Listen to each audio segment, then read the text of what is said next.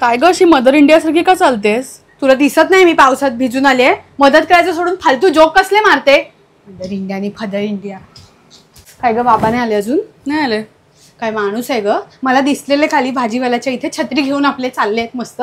मी हाक मारते अहो इकडे या मी इथे उभी आहे. ह्या माणसाचं काही माझ्याकडे लक्ष नाही. शेवटी तो भाजीवाला माझ्याकडे बघायला लागला. कोणत्या माणसाला ही बाई हात दाखवते. येऊ द्या त्यांना बघते बरोबर. जी सगळं चिखल उडाला. मी आता आंघोळच करते. जाऊ दे. आई पण तू छत्री का नाही नेलीस? अगं आता मला काय माहिती एवढा पाऊस येईल.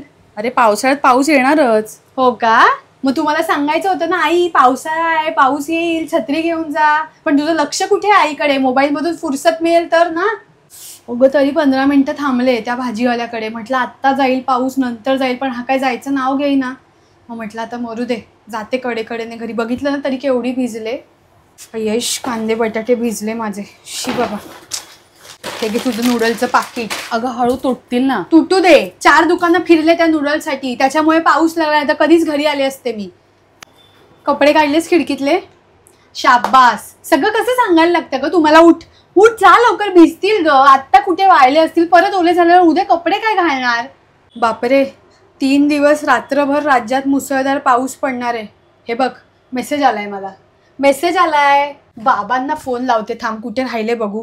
एवढा पाऊस पडतोय माणसाला घरदार काय नाहीच विचार डोक्यात. हॅलो